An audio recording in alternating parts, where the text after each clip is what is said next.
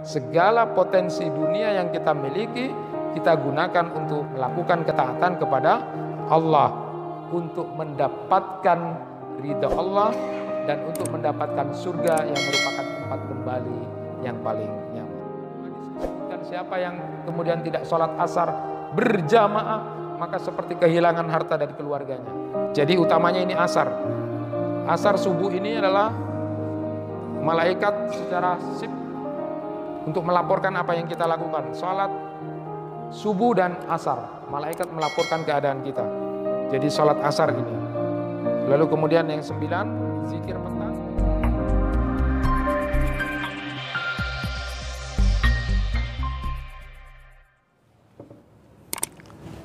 Assalamualaikum warahmatullahi wabarakatuh. Alhamdulillahi rabbil alamin. Wabihi nasta'inu ala umuri dunya waddin. Ashhadu an la ilaha illallah wahdahu la syarikalah. Wa ashhadu anna Muhammadan abduhu wa rasuluh.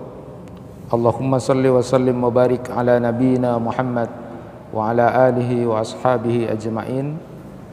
Amma ba'du. Bapak-bapak, ibu-ibu, jamaah kuliah subuh yang dirahmati Allah, kita akan melanjutkan kajian kitabnya Syekh Al-Muqbil, Qawaidul Qur'aniyah. Kita hari ini akan bahas tentang tawazun dunia dan akhirat, keseimbangan dunia dan akhirat. Beliau Syekh Al-Muqbil mengambil rujukan dasarnya dari Quran surat Al-Qasas ayat 77. A'udzubillahi minasyaitonir rajim. Wabtaghi fima ataqallahu ad-daral akhirah wa la tansa nasibaka minad dunya. Inilah dalil yang dijadikan rujukan oleh Syekh Al-Muqbil tentang tawazun dunia dan akhirat. Bapak-bapak, ibu-ibu, jamaah kuliah subuh yang dirahmati Allah, apa yang dimaksud keseimbangan dunia dan akhirat? Selama ini orang berasumsi dan beranggapan seimbangnya dunia dan akhirat itu ada yang beranggapan 50%. Jadi hidup itu 50% untuk dunia, 50% untuk akhirat. Apakah seperti itu? Atau ada juga yang kemudian memberikan gambaran dunia dan akhirat kita itu kalau begitu 12 jam untuk dunia, lalu 12 jam untuk akhirat. Apakah seperti itu? Ataukah kemudian istilah keseimbangan dunia dan akhirat itu cuma untuk mengingatkan orang-orang yang disibukkan oleh pekerjaan-pekerjaan dunia, ingat, jangan terlalu sibuk ngurusin dunia, ingat akhiratmu. Dan sebaliknya, dalam konteks akhirat, orang yang sibuk setiap hari kelihatan ibadah, jangan lupa kamu punya tanggung jawab, keluarga kamu juga punya hak. Apakah seperti itu? Maka nanti kita akan bahas tentang masalah itu insya Allah. Bapak dan Ibu sekalian, tentu jawabannya sama sudah seperti yang disampaikan oleh Sufyan As-Tsauri, salah seorang tabi'in yang luar biasa, punya kekuatan zuhud yang luar biasa. Beliau ketika ditanya oleh seseorang, "Ausini, nasihati aku," lalu kemudian Sufyan As-Tsauri itu menjawab kepada orang yang minta nasihat itu adalah, "I'amal lid-dunya biqadri baqaika fiha walil akhirati biqadri baqaika fiha." Itu apa yang disampaikan oleh Sufyan As-Tsauri kepada orang yang bertanya itu. Berbuatlah kamu untuk dunia kamu sebesar berapa waktu yang akan kamu habiskan selama di dunia, dan berbuatlah untuk akhiratmu sebesar berapa waktu yang kamu akan habiskan untuk akhiratmu. Jadi jawabannya seperti itu. Jadi kalau kita tahu bahwa hidup di dunia itu cuma antara 60 sampai 70 tahun, ya berbuatlah, beramallah sebesar itu saja. Dan kalau tahu bahwa hidup kita itu akan kekal, akan abadi di akhirat, maka berbuatlah untuk akhiratmu sebesar itu juga. Jadi intinya, jawabannya, dalam makna tawazun dunia dan akhirat itu, maka carilah surga itu, ridha Allah itu 24 jam. Kalau kita perhatikan hidup di dunia itu cuma 60 sampai 70 tahun. Lalu kemudian akhirat yang begitu sangat kekal, maka tentu jauh lebih harus banyak kita beramal untuk kehidupan akhirat yang kekal itu. Bapak dan Ibu sekalian, saya ingin memulai dari hal yang menarik disampaikan oleh Ibnu Hajar Al-Asqalani dalam kitab Fathul Bari beliau. Mari kita belajar apa yang disampaikan oleh Ibnu Hajar Al-Asqalani dalam Fathul Bari.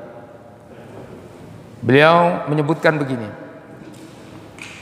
al-hikmatu fi ja'lil muharram awwal as-sanah ayyahsulal ibtida'u bisahrin haram wa yuhtama bisahri haram wa tutawassata as-sanah bisahri haram wa huwa Rajab wa innama tawala syahran fil akhir li iradati tafdili al-khitam wal a'mal bil khawatim.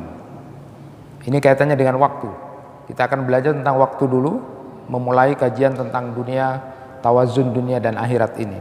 Beliau menyatakan begini, Ibnu Hajar Al-Asqalani dalam Fathul Barinya, hikmah dijadikannya Muharram sebagai awal tahun adalah agar awal tahun kita itu diawali dengan bulan suci dan ditutup juga dengan bulan suci, dan tahun di tengah-tengahnya itu adalah terdapat bulan suci yaitu Rajab, dan berturut-turutnya 2 bulan suci di akhir tahun itu yaitu Dzulqa'dah dan Dzulhijjah menunjukkan keutamaan penutup, dan bahwasanya amal-amal itu tergantung atau dinilai berdasarkan penutupnya.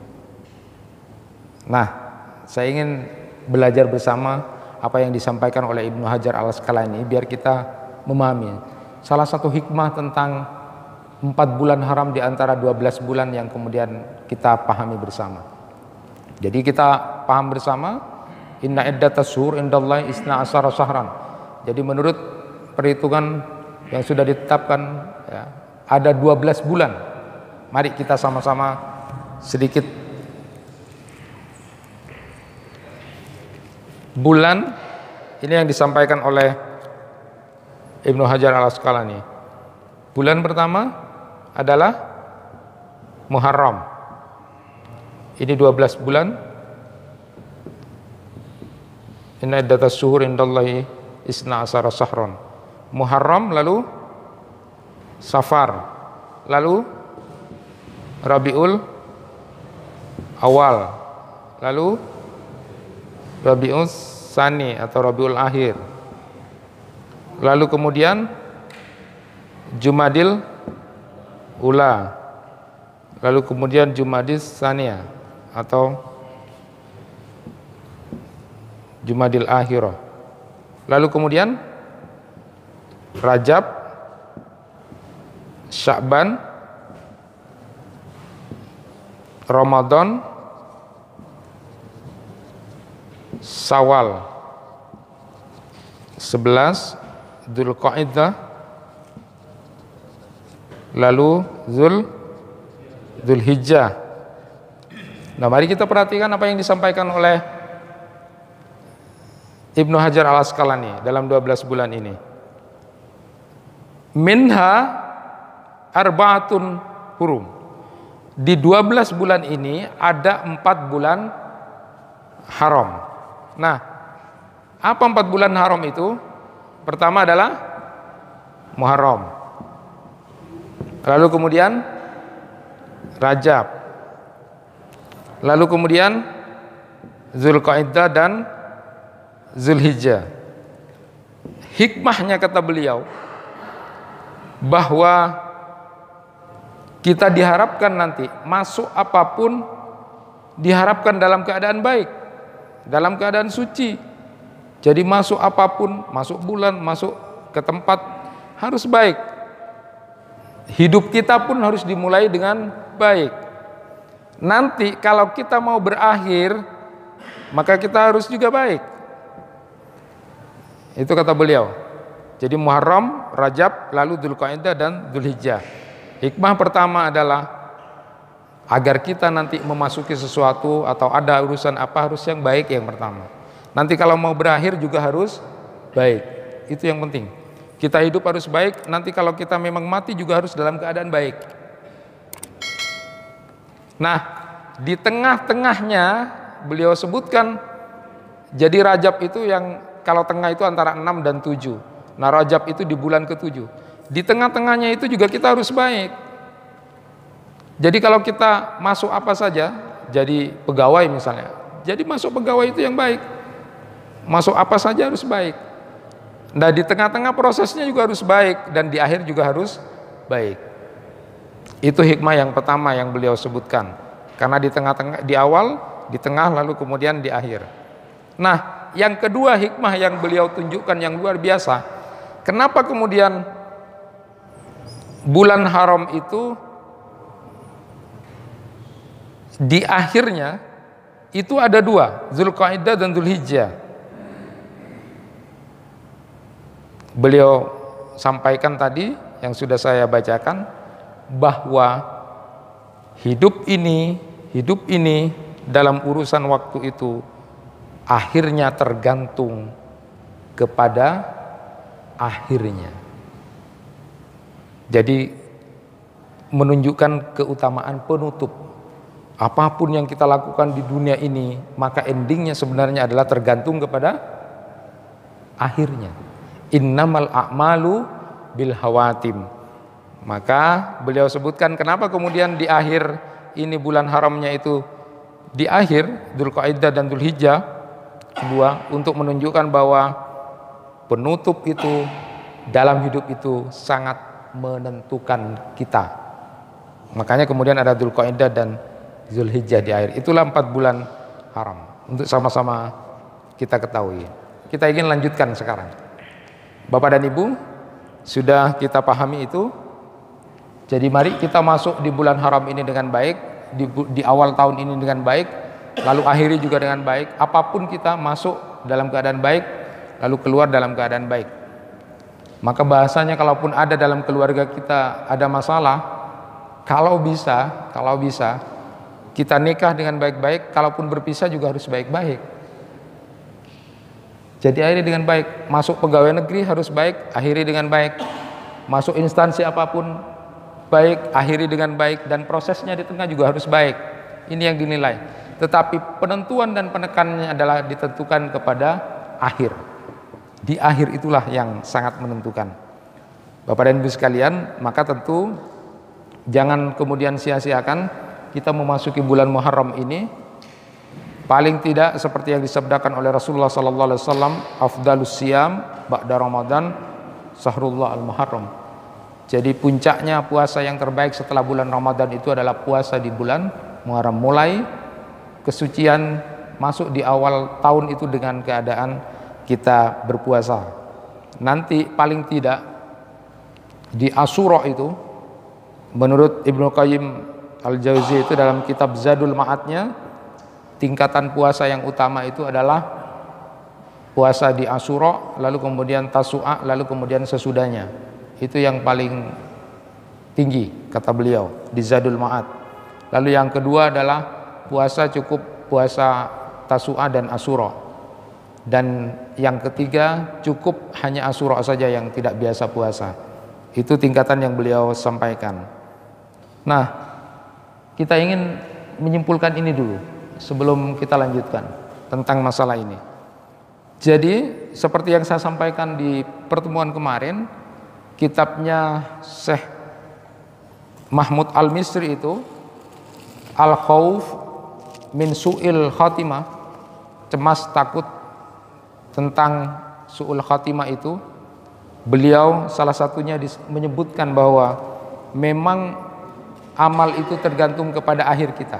Innamal a'malu bil hawatim, dilihat dari akhirnya. Hadis tentang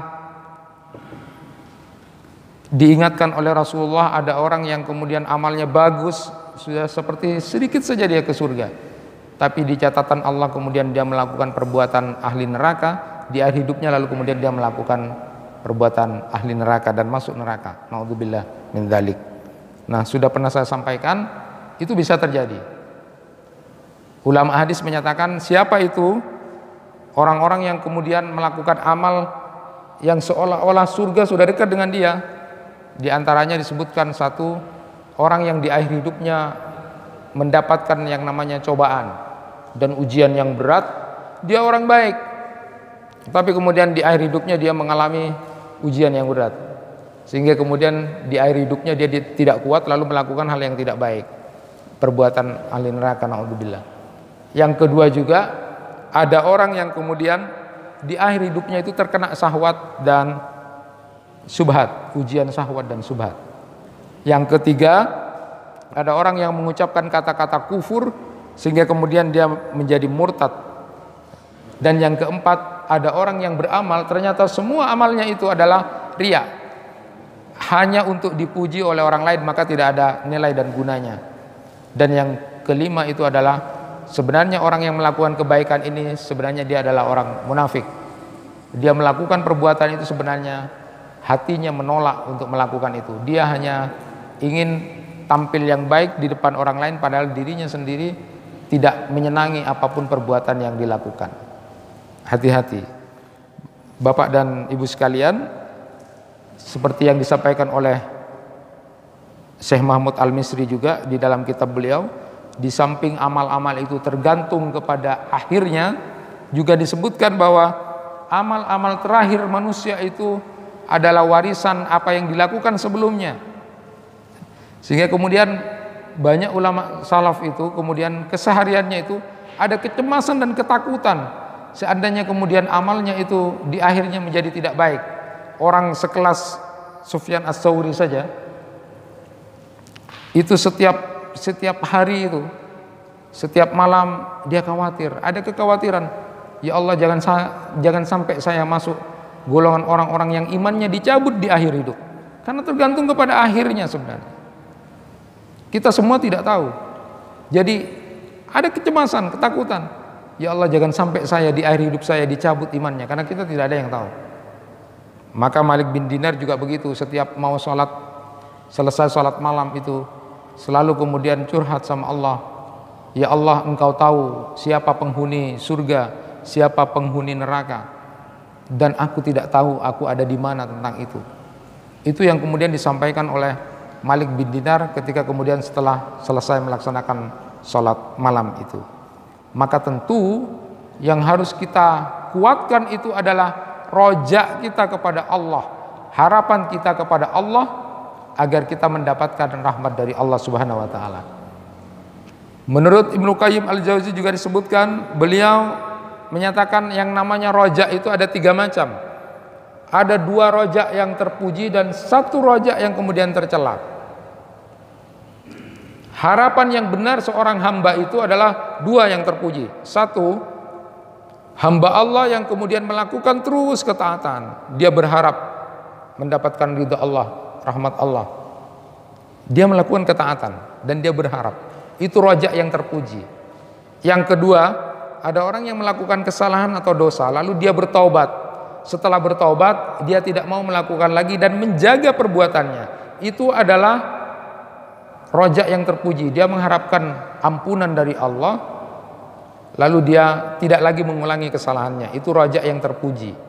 Nah, roja yang tercela itu atau roja harapan yang salah dan yang menipu adalah orang yang menginginkan dapat rahmat dan ampunan Allah tapi dia tidak melakukan ketaatan. Ini adalah maghrur. Ini adalah maghrur. Sama seperti model husnudzon kepada Allah. Kata beliau disebutkan husnudzon itu adalah husnul amal. Orang yang bersangka baik kepada Allah itu tandanya adalah dia melakukan kebagusan amal, bukan cuma berangan-angan.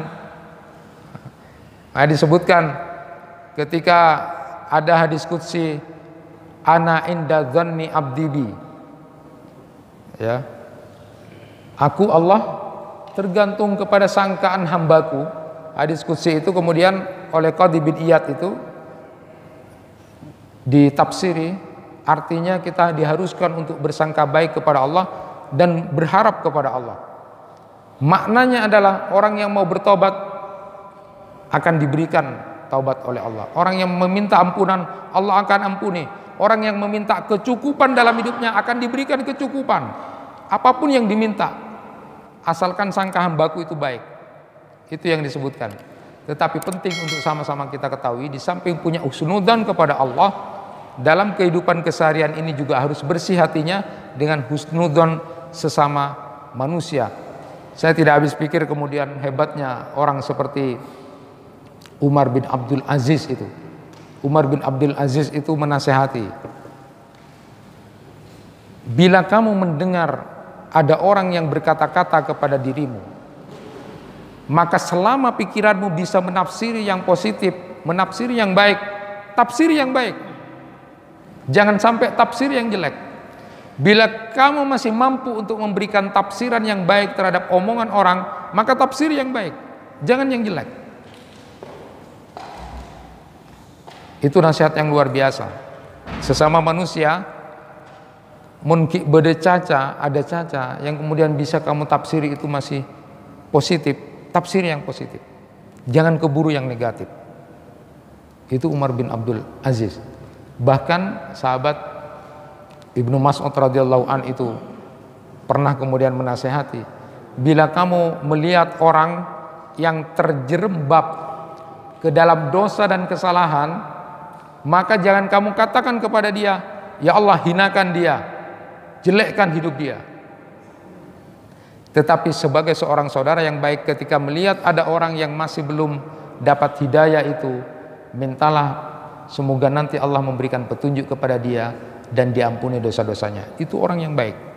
Jadi kalau bapak dan ibu melihat ada saudara kita yang masih belum ke masjid, belum salat dengan baik, jangan di hati kita muncul begini, mudah-mudahan Allah hinakan dia, mudah-mudahan Allah rendahkan dia. Jangan, karena kita mangkel mungkin. Tetapi sebagai seorang muslim yang baik, mudah-mudahan suatu saat nanti Allah memberikan hidayah kepada dia, Allah mengampuni dia. Itu kebersihan hati.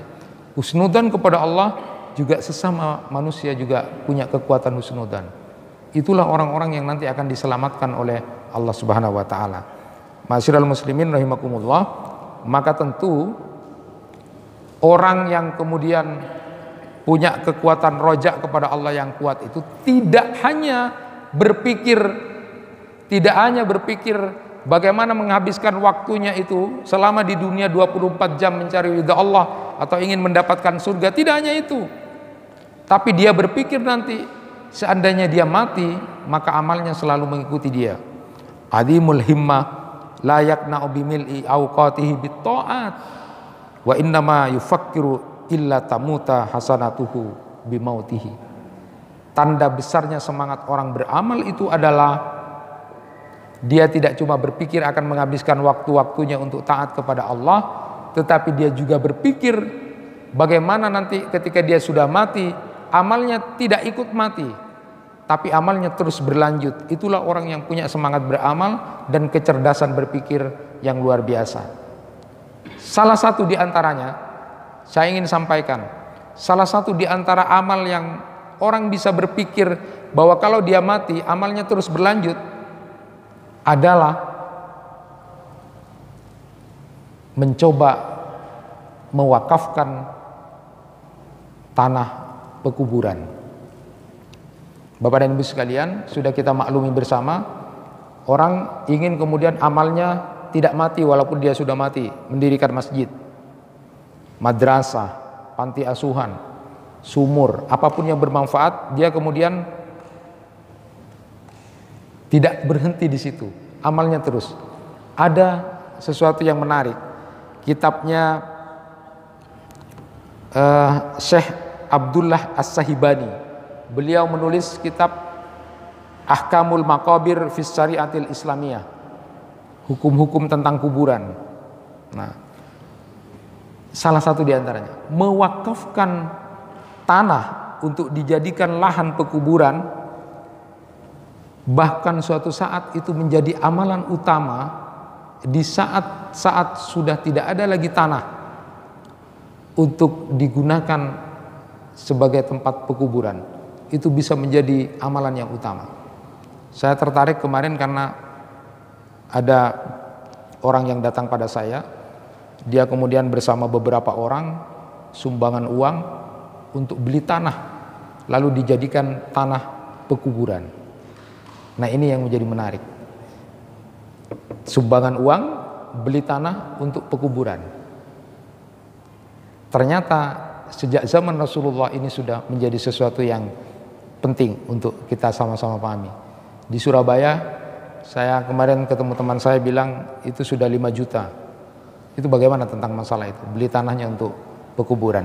Mari kita sama-sama pahami berdasarkan hadis Rasulullah SAW. Di antara amalan yang bisa menjadi amalan utama untuk bisa ketika kita mati pun kemudian terus mengalir.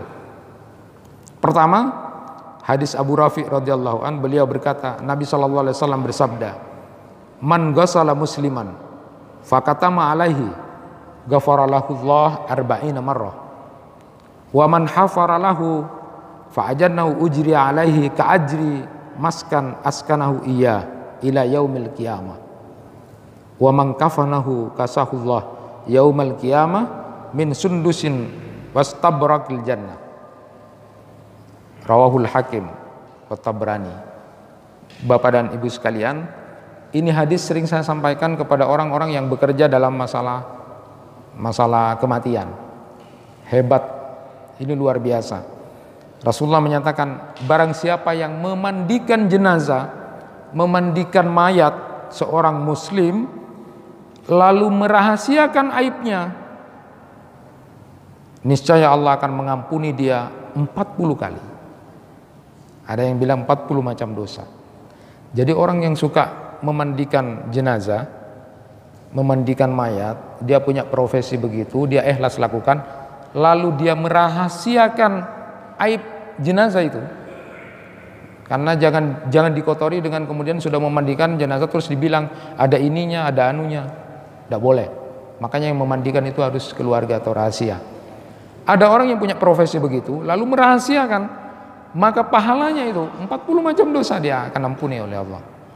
40 kali, ada yang menyatakan 40 macam dosa dari orang yang memandikan jenazah itu.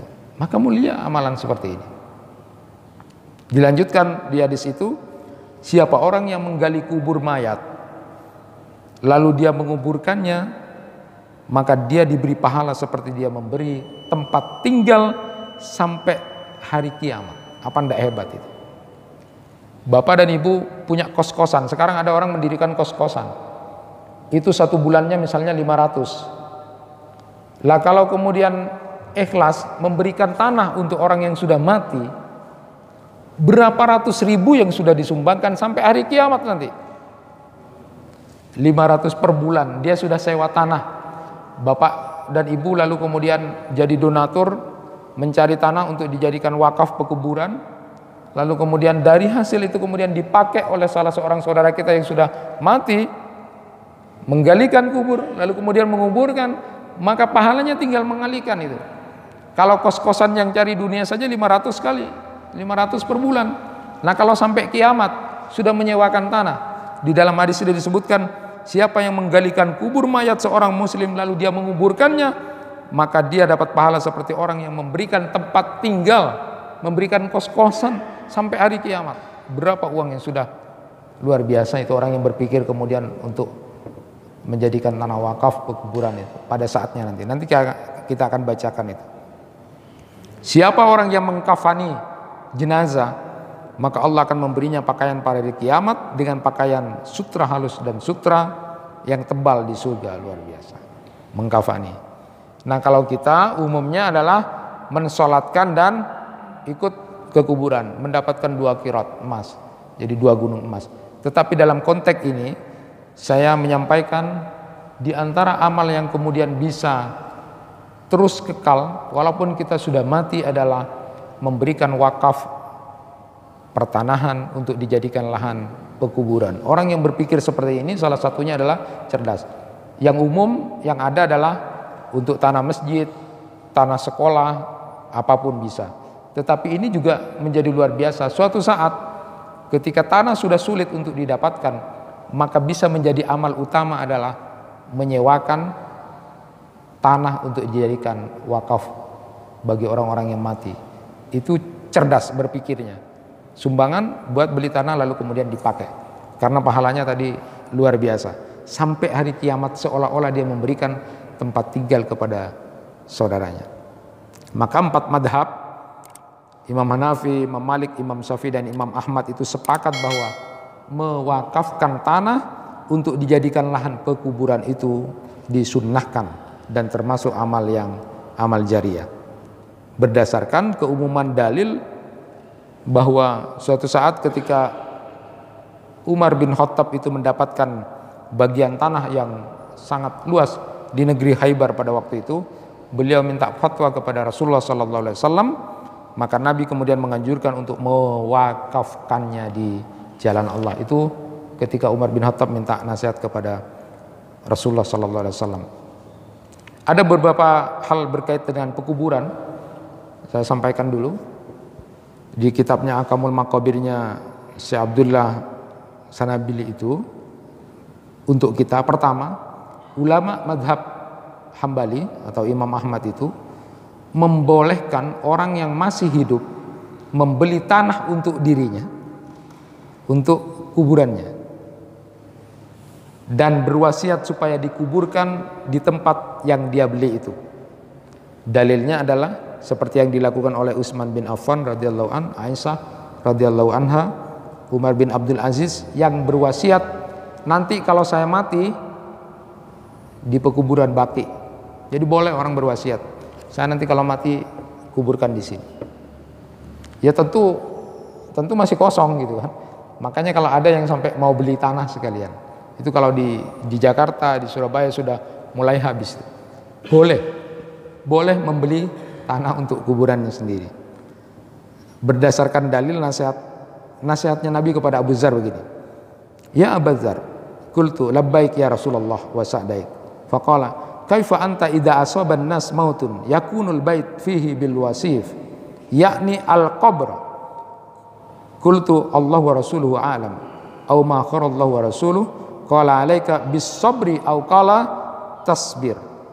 Jadi Abu Dzar itu pernah dipanggil oleh Rasulullah sallallahu alaihi wasallam, lalu kemudian Abu Dzar datang ketika dipanggil itu, lalu Nabi bertanya, bagaimana bila nanti manusia ditimpa kematian sehingga kemudian rumah mereka berada di al-wasif, tanah kuburan. Lalu kemudian Abu Dzar menjawab, Allah dan Rasulnya lebih tahu. Nabi bersabda, kamu harus bersabar.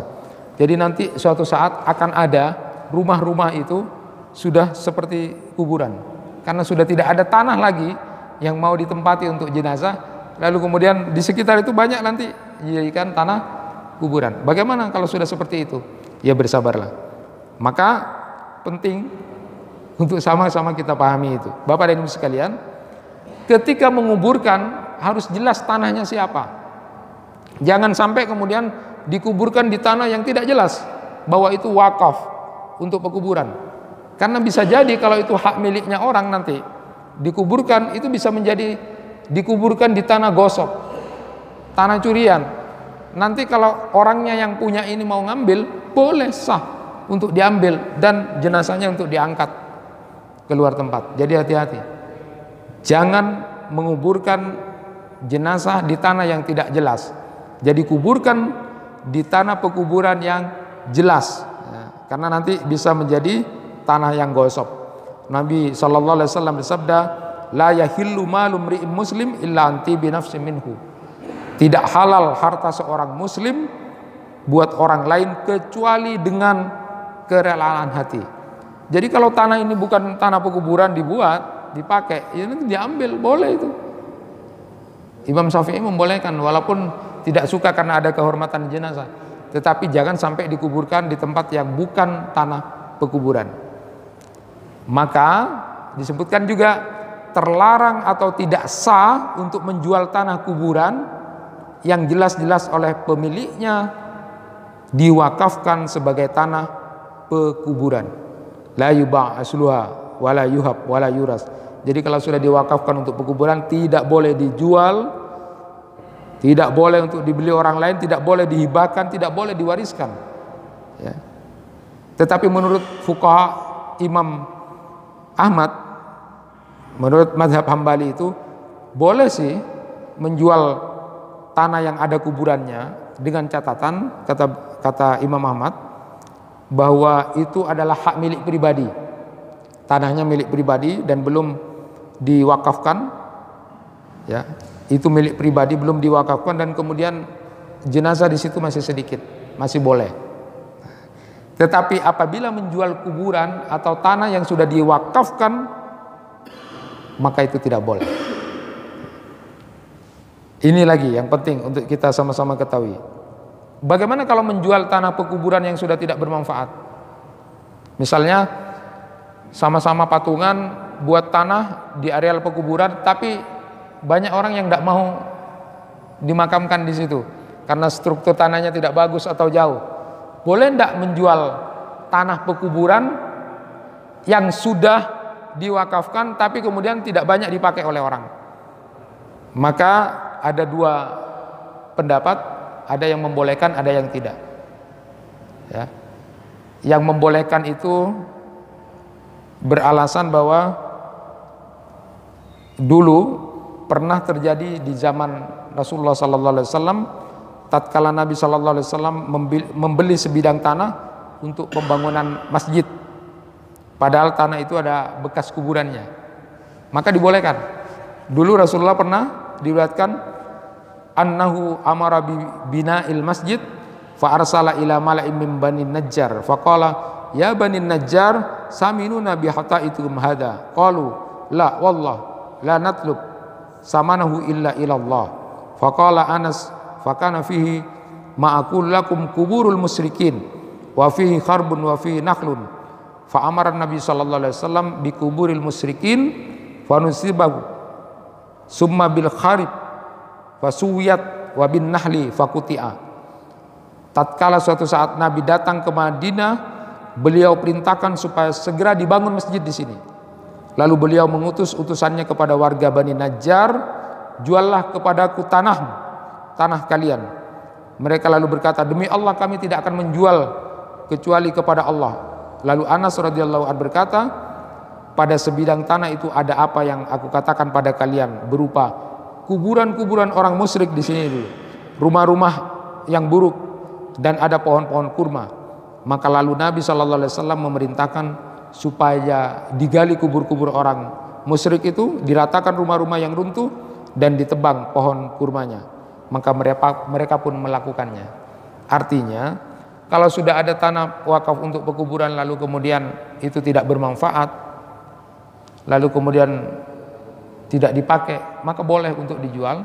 Satu, boleh diganti, cari tanah perwakafan untuk pekuburan di tempat lain, atau kemudian bisa digunakan untuk sesuatu yang maslahat. Maka menjual tanah wakaf itu bisa dibolehkan kalau sudah tidak bermanfaat, dengan kemudian mengganti atau membeli dengan hal yang serupa. Misalnya ada orang yang mewakafkan ini, tapi tidak dipakai sudah, tidak berguna sudah. Boleh tidak menjual tanah wakaf itu? Ada ulama yang membolehkan, tapi dengan peruntukan yang sama nanti. Misalnya di tempat lain yang lebih potensial, boleh diganti. Jadi uangnya tidak diambil untuk dibagi-bagi, bukan. Tapi uangnya nanti dipakai beli di tempat yang lain yang lebih strategis, atau digunakan untuk manfaat yang lain. Seperti yang terjadi ketika Umar bin Khattab itu melihat ada yang namanya Baitul Mal Mutamil itu sudah rusak, tidak dipakai. Maka lalu Umar menyatakan an unkilal masjidal ladzi fit tamarin waj'al baital mali fi qabli al masjid fa innahu la yazala fil masjid musallin. Jadi Umar itu pernah menyuruh ganti saja ini sudah rusak, ganti masjid biar banyak orang. Lalu Baitul Malnya itu di sebelahnya. Artinya boleh. Kalau sudah tidak bermanfaat, nanti boleh kemudian diganti, lalu kemudian cari di tempat lain yang lebih strategis. Tapi bukan untuk dibagi-bagi, bukan. Tapi untuk diganti kegunaannya, dicarikan tempat yang lebih strategis. Itu boleh. Nah, Bapak dan Ibu sekalian, itu berkaitan tentang amal kita, supaya ketika kita nanti sudah mati, maka jangan sampai kemudian kita amalnya berhenti. Mudah-mudahan bisa berlanjut. Nah, saya singkat saja. Jadi kaidah, kita kembali kepada kaidah wabtaghi fima ataqallahu darul akhirah wala tansa nasibaka minad dunya. Inilah kaidah yang disebutkan oleh beliau Syekh Al-Muqbil,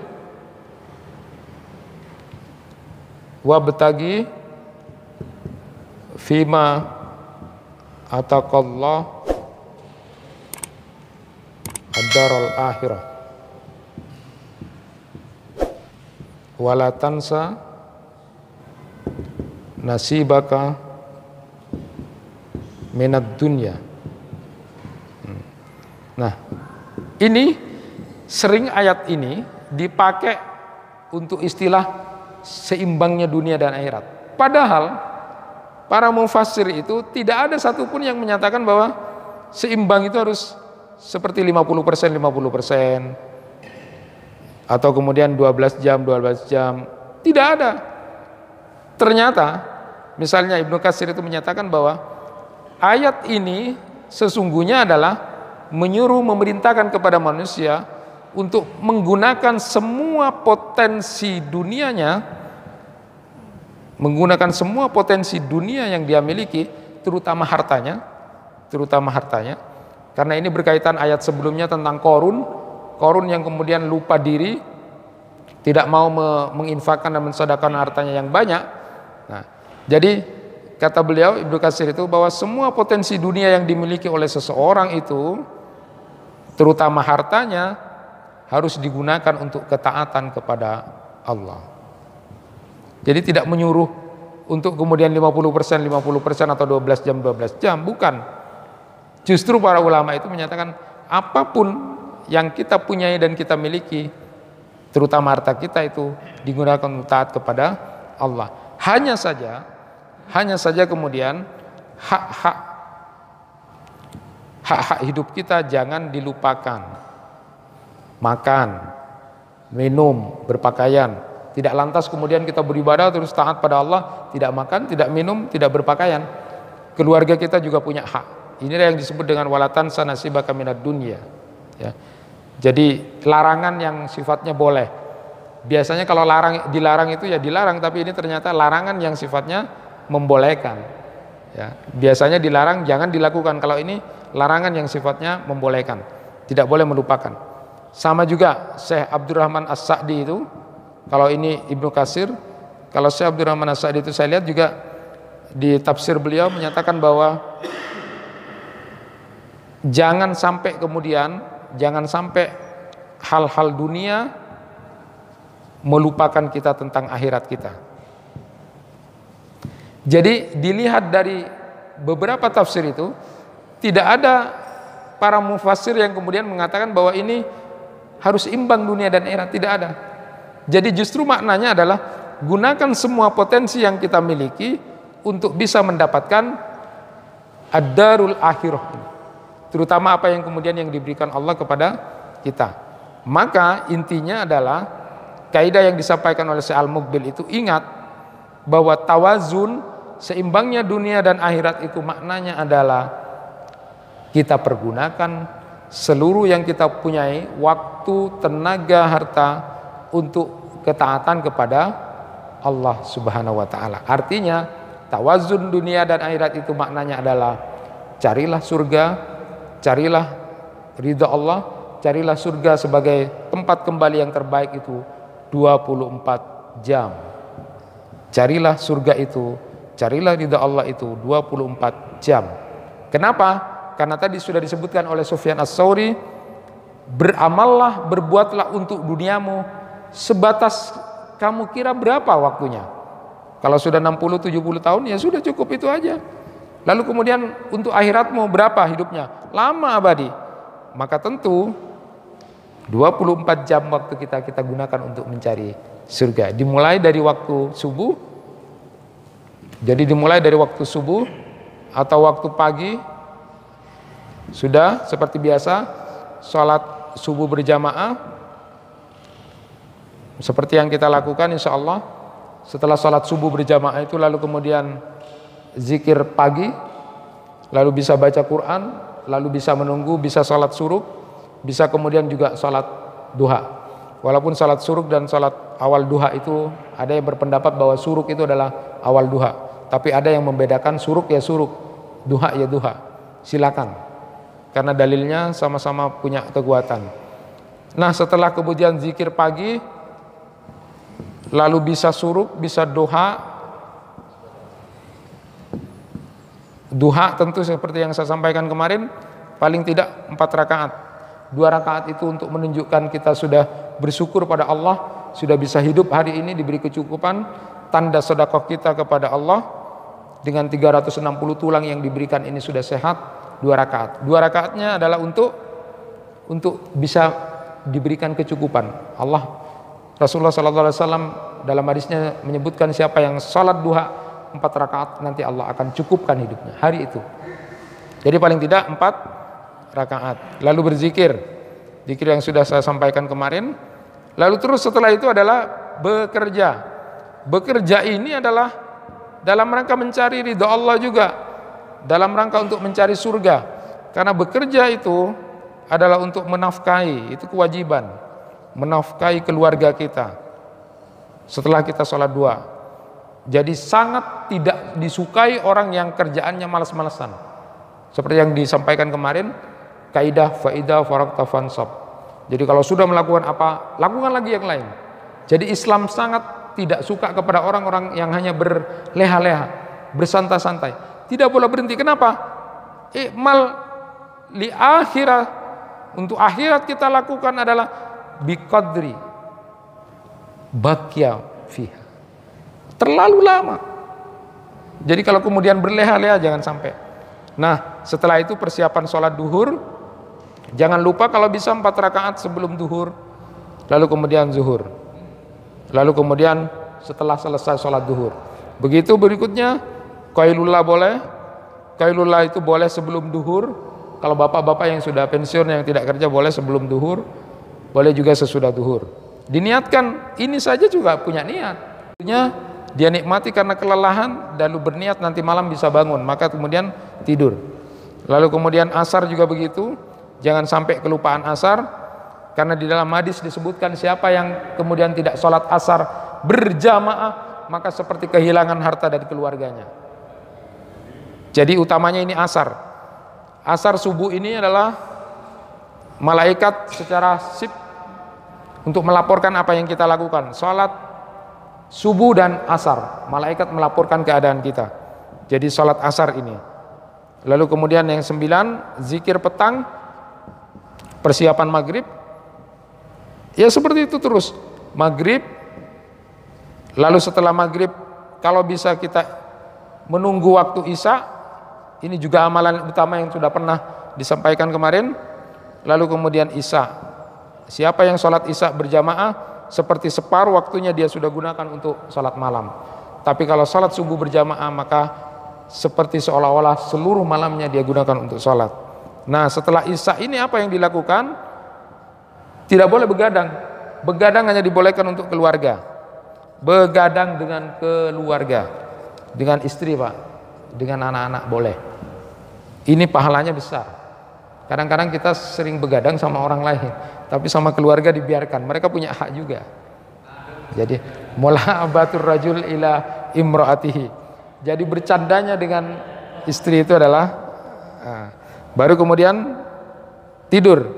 Nah, tidur ini pun dalam rangka 24 jam untuk mencari ridha Allah.